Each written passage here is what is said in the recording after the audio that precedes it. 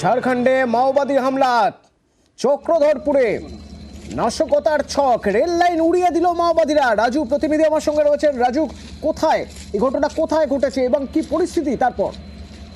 দেখো, যেটা জানা যাচ্ছে যে চক্রধরপুর যেটা রয়েছে ঝাড়খণ্ডের, সেই চক্রধরপুরে রেল লাইন উড়িয়ে দেয় মাওবাদীরা সকালে।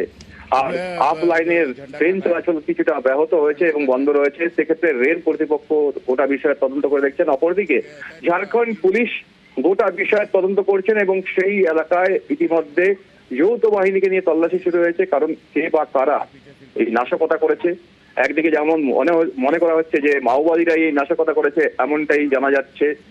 অপরদিকে পুলিশ প্রশাসন এবং সেখানকার যে যৌথ বাহিনী রয়েছে তারা টোটাল এলাকায় ব্যারিকেড করেছেন। ইতিমধ্যে তল্লাশি অভিযান চলছে। রেল ট্র্যাক উড়িয়ে দেওয়াতে একটা আশঙ্কা করছে সে সময় যদি কোনো যাত্রীবাহী ট্রেন থাকতো তাহলে হয়তো বড় সড় দুর্ঘটনা ঘটতো, এমনটাই জানা যাচ্ছে। ধন্যবাদ রাজু।